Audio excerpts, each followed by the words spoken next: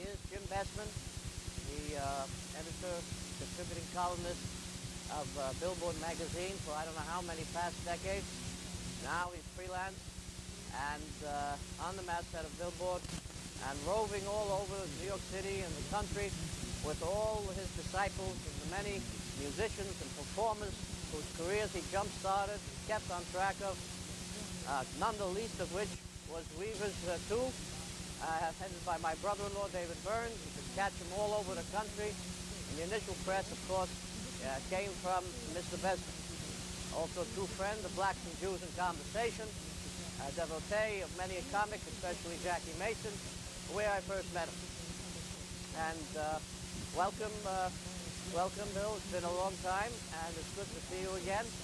And if you would begin by telling me some of your most favorite musicians of all different types of genres, and then we'll get into the particulars. Well, thank you, Shannon. It's great to see you, as always. Favorite musicians? Boy, that is always hard, because there's so many of them. But I made a list, and at the top of it is Tony Bennett, so I'm going to start right there. Tony Bennett, one of my all-time favorites, one of so many of our all-time favorites. And of course, I mean, you got to say, I would have to say the Beatles, the Rolling Stones, the obvious ones, but after the obvious ones, there'd be Elvis Costello, there'd be Ashford and Simpson, there'd be John Fogerty, all kinds of people. I'm looking at my list, and there's just a number of ones that you may have heard of, some that you may not have. Doug Kershaw, a Cajun musician, another Cajun musician, Joel Sonnier. Jane Siberry, a Canadian singer-songwriter that some people have heard of from movies she's done songs for. Alison Krauss, the bluegrass fiddler who's won more Grammy Awards than any other woman, even more than Aretha Franklin. It goes on and on, all kinds of different genres. From India, there's the classical Indian violinist L. Subramaniam. There's a Bhangra singer from the Punjabi region named Daler Mendi. Again, I go on and on and on. Neshama Karlabach, we went to see her once, I believe, didn't we, Shannon? We went, you took me, let's put it that way. Yeah, You took me to the theater here on the west side. It's moving soon. It's going to someplace else. I believe Mr. Steinhardt of Generous Heart founded the place. McCore.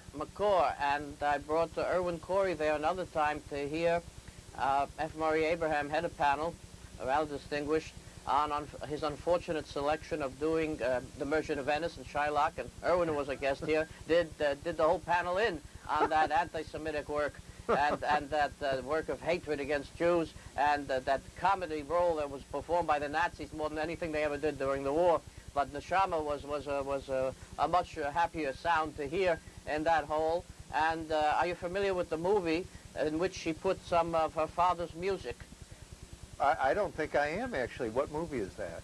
I think I blotted it out of my mind because they had every possible travesty of a Seder taking place. Michael Lerner was in it. And they had Jesus at the Seder table. They were trying to make peace through Jesus, and every other terrible thing going on. And to hear Rabbi Kalbach's music in the background, I understand you want to promote the music, but that wasn't the vehicle. So I was disappointed with Neshama. But she performed for us in the courts, gratis, in Brooklyn for the Holocaust, this is Jewish month. And so she came from Canada to do it. She and her family are old friends. Yes. So tell me a little bit about yourself, Bill. Tell me your background in music. My background goes back to Madison, Wisconsin, which is where I'm from, and it goes back. Now I have to pause and think how far back it goes. It was the mid-'70s, probably around either 75 or 76, after taking a trip to Nashville, being a big country music fan, and at the time I was employed by the state of Wisconsin as a typist, of all things, being that was the only thing I knew how to do. I came back from this little vacation and immediately, or within a couple weeks, met a guy who was putting out a little throwaway music paper. It was called the Mad City Music Guide. Madison was then known, and it probably still is, as the Mad City. It is a big party town. And I ran into the guy at a bar where there was music playing. Actually, the band was Southside Johnny and the Asbury Jukes. And they had a special guest star on that tour named Ronnie Spector. Ronnie just went into the Rock and Roll Hall of Fame with her wonderful, famous girl group, the Ronettes. And I ran into the publisher of this. It was just a little thing that would be stacked up on the cigarette machines when they still had cigarette machines at bars. And it was called the Mad City Music Sheet. The editor and publisher was a guy named Gary Summers, who now is quite well known on some TV stations. He does appraisals. I know there's that antique show. I think he's been involved in that. Anyway, I went up to him. I thanked him for his paper, told him that I was at this show because I had read about it in his paper. And he said, well, why don't you write for it? And I said, well, Gary, I don't know how to write. He said, it doesn't matter. And you know what?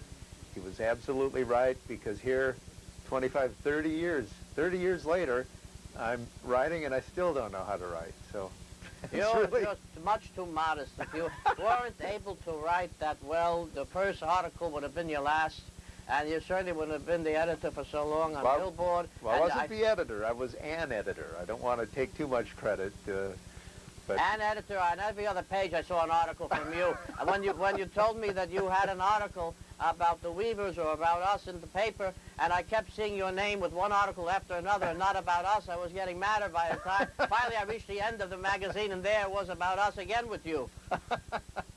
Well, I actually have to thank you for that, because I wouldn't have known about the Weavers, too, had you not told me about them, and they were just wonderful. And I got to see them at least a couple times, and I was delighted to get to write about them. What a wonderful, wonderful group. Well, Pete Seeger came to perform in Queens with the Courts, with 250 kids from all over Queens high schools, and all the top judges came. Judge Lerner, Judge Bundy Smith from the Court of Appeals, Judge Lerner now in the Pell Division, retired, and we had Mandarin interpreters, and he sang all of his songs that are now being heard by Bruce Springsteen, of all people. And that's right. And David came with his friend Randy, and we had blacks and Jews performers with our moot court teams, with various judges, also in Queens, because that's one borough left that is still so racially mixed. Mm-hmm. Do you find, when you've gone to concerts, that you see at all the concerts a racially and religiously mixed profile, or do you find that people stick to their own music, and basically, no matter what the music is, there will be, whether you have ethnic music, there will be predominantly that ethnic community there? Very good question, actually. I think it probably still is pretty strongly ethnic or genre-specific, according to what that particular genre serves, be it an ethnic group or an age group or whatever kind of a demographic. Though there is some mix, there's definitely more of a mix. Obviously, hip-hop, we all know, has an appeal way beyond the urban areas that spawned it. So it depends on the genre. We mentioned Neshama Karlovac. When I go see Neshama, and I say this regretfully, it's still pretty much the group of people, mostly Jewish people, that would know her through her father and then through her. But unfortunately, there aren't probably a lot of other people that would listen to her. Then again, she sings primarily in Hebrew or Yiddish, so the chances of her expanding to a more general demographic are not big. But I think, to answer your question again, it is pretty much still whoever that music is directed to is the kind of people that go to hear it. Well, if I was to, I think plenty of Jews go to all different ethnic base. I have gone as an ethnomusicologist to, and I studied it since college, when it first really got it into its own. I go to many concerts where the language is performed in other than English. Mm-hmm. The opera is sung often in other than English. It was the longest time before you saw translations. Yes. So I think people could get used to Hebrew and Yiddish. Certainly Yiddish is very funny and is accepted in mainstream English very quickly. Oh, I agree, and that's a good analogy with opera, which I go to all the time as well, and God knows I sure can't speak any language other than English. But I think what you say is absolutely true. If people were to hear Neshama, to keep using that as an example, they would love her. Unfortunately, the way the media works, the chances for someone to hear Neshama are very small, because she's not on the commercial mainstream radio or television, which is where most people get their music, get a chance to experience it. To listen to Neshama, if you don't know who she is to begin with, which I didn't, someone either has to tell you about her, or you have to read about her, or just bump into her somehow, other than listening to her on the top 40 radio station or on the MTV or wherever most people generally get music these days.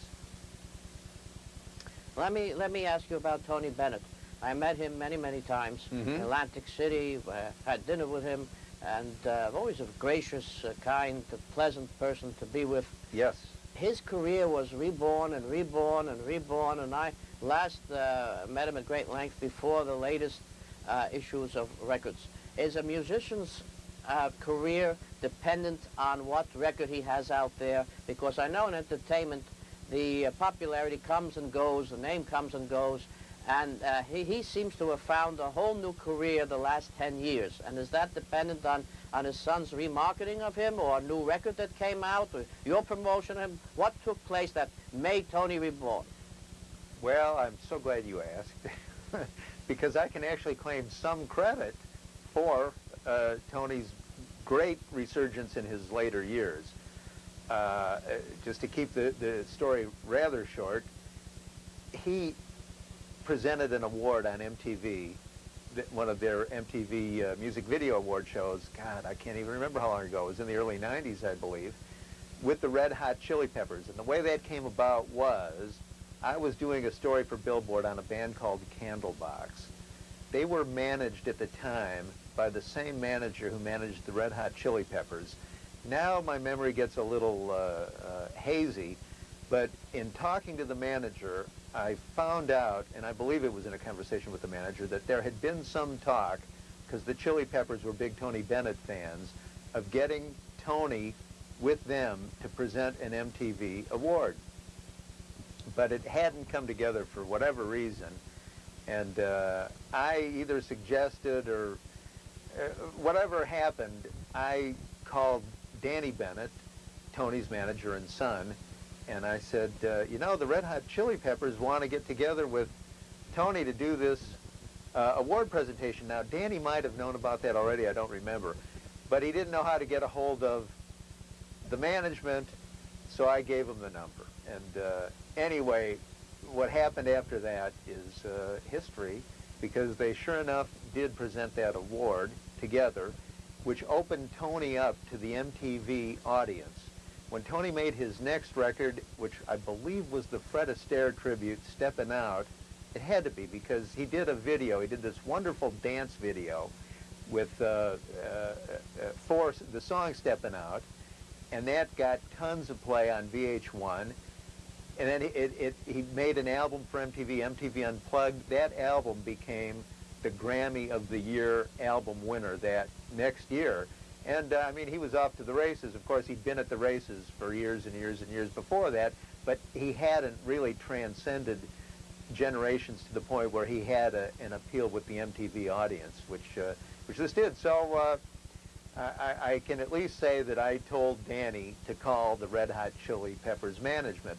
Now, to get back to your original question, does an artist like Tony need to have an album, a current album that is on the charts to maintain a career? No, not necessarily. But to have it probably to the huge extent that Tony has and has had in the last 10 years or so, probably yes. But you can go any time of the week. Well, the Rolling Stones, they always have albums out, but those albums don't always do well. We're seeing the Police coming back now. They don't have an album out, but they're going to be huge. That's going to be the biggest tour probably of the year. Certain bands can keep playing and playing year in, year out. They will always have their audience, and they'll always be very successful, whether or not they have a big hit. I was in many bands in my life. One was called the Shtetl Stompers, I'm sure you never heard of that one. But I was doing a lot of stomping. I was a lot of stomping. I'm a percussionist. That's right. I forgot about that. I played in Boston with all the bands and orchestras there, under the baton of Arthur Fiedler occasionally.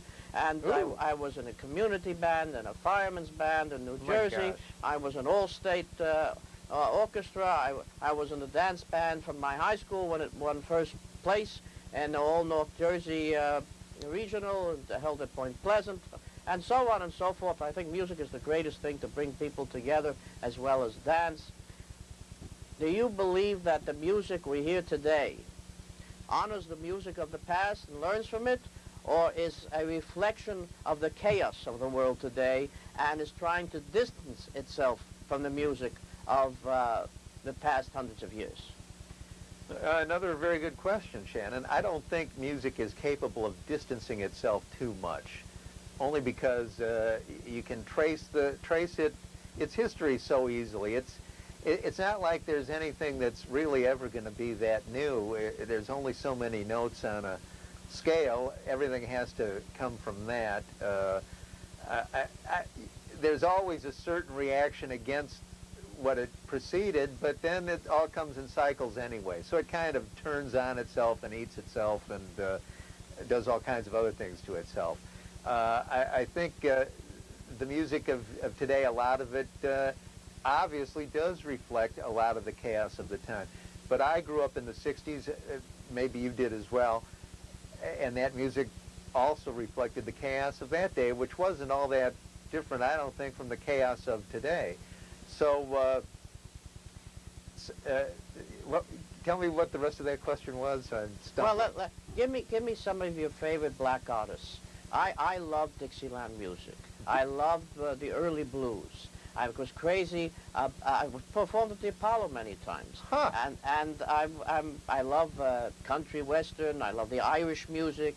Now Harry Belafonte did a whole study of Cuban mixed with African music. Yeah. Now the Cuban music you hear is from Cuba is released like it's been preserved in a bottle as an international treasure. Is it better to keep music in its original form? Is it good to tamper with it? What do you think of the rap music that praises violence and hatred of police and so on? Is every kind of expression in the music allowed as artistic license? Does it have an influence on people for good or for bad? A million questions there, but remember them. Remember them. Take it away. Remember them, because I'm going to forget them, but there's one I want to get to right away, and that is, you asked me at the beginning what black musicians I like. There is one that comes to mind right away, and since you mentioned also that you had played the Apollo, I'm going to the Apollo tomorrow night to see this group that is my favorite, Ashford and Simpson, Nicholas Ashford and Valerie Simpson. And they, as perhaps you know, wrote many of the great Motown songs that were sung by Marvin Gaye and Diana Ross and so many others, specifically Ain't No Mountain High Enough, which was a hit for Marvin Gaye and for Diana Ross. Songs like Ain't Nothing Like the Real Thing. Then they wrote I'm Every Woman, which was, of course, a big hit for Chaka Khan, and then later for Whitney Houston. And Ashford and Simpson had a lot of hits on their own, most notably Solid. Another song that they wrote that was a big hit is Reach Out and Touch. I always come back to that song because the lyric, reach out and touch somebody's hand, make this world a better place if you can, to me, should have been the song that we took out of the 9/11, not what was the Lee Greenwood song that God Bless the USA. No, we should, to me, have thought more, how do we reach out and touch ourselves, other people, other cultures, that sort of a sentiment. But anyway, to me, they're the epitome of the great black music that has touched all of us on so many different levels, and coming out of Motown, which was a watershed for black music in the 60s and has continued to be hugely influential ever since. You mentioned rap music, artistic license, all those sorts of things. I do tend to feel that all all expression is permissible, other than yelling fire in a theater or saying you're going to kill the president. Does that mean it is beyond criticism? Absolutely not. Should we all support it? Absolutely not. But it gets tricky to condemn an entire genre of music, or even specific kinds of music, without really giving some serious thought. Is it an artistic statement, or is it being designed as hate speech? These are things that I don't have an easy answer for, but I can say that a lot of the rap lyrics, a lot of lyrics in all kinds of music, I would personally find distasteful. Whether or not that means that they're bad, there might be others that would argue a different way. What about the influence of Ireland's music on country western? Did it mix with native black music, or is that a pure Irish contribution? Did Irish music mix with black music? Probably. It would certainly have. We tend to sometimes not know or forget that a lot of what has become rock and roll, we always talk about the black influence, the blues influence in particular, and some R&B on the birth of rock and roll. But that was all right next to the hillbilly music. I mean, Elvis Presley was as influenced by hillbilly music as he was by black music. That's what made him so important, actually, that he was kind of a hybrid of both kinds of forms. Both of them grew up right next to each other. There was a definite overlap and give and take. Now, there is an artist, though, that comes to mind immediately, one of my favorites, and her name is Laura Love. She lives in Seattle. She has a new record coming out, I believe, strictly internet only, but she's had several records out on various labels. She plays a kind of music that has been termed Afro-Celtic. Now, she's part African-American. She has all kinds of different ethnicities. She's a real mix. But she's also folk-oriented, folk-influenced, Celtic music influenced, which would include Irish music. And she really mixes an African and a Celtic, Irish type folk music together into a unique format. Yes, it can definitely overlap in ways that are obvious, and then in others that probably are not quite so obvious.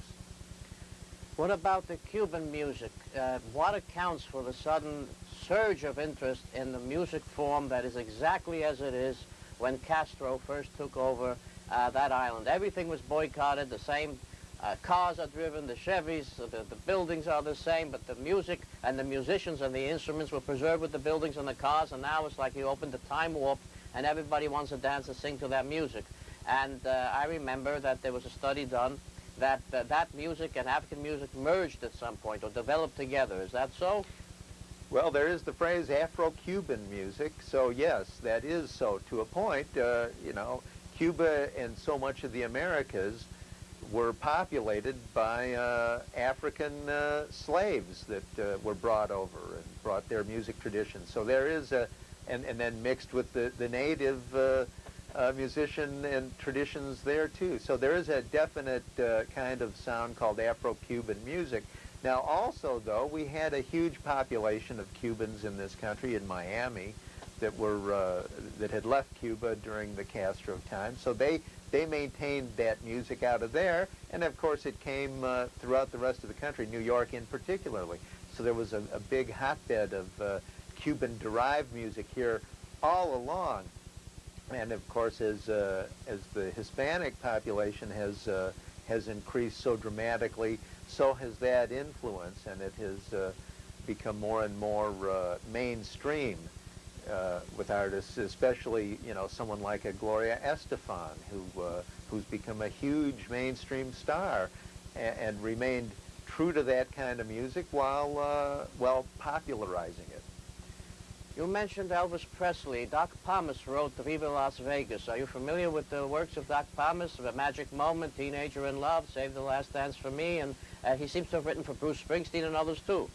I don't know that he wrote for Bruce Springsteen, but Bruce Springsteen and millions of artists would have recorded songs by him. I did know Doc, as a matter of fact, and Doc remains one of the great songwriters in rock and roll and in popular music. And all those songs that you mentioned, of course, I know them. They were huge hits when I was growing up, and they remain legendary, historic songs. How about Middle Eastern music, the belly dancer, and Israeli folk? I just came from the Israeli folk dance festival. They were guests on this show. Why can't they catch on mainstream? There's one artist who sings in a belly dance style. She was on American Idol, but she is not a belly dancer. She just imitates it. Why do we not see this Middle Eastern and Israeli music going into mainstream? Is it Jewish animosity towards it because they're in the industry and they kept Jews off TV and movies long enough, and every Italian played a Jew, Jews played Italians. So what's doing with the Israeli Middle Eastern music that they seem to be unable to penetrate?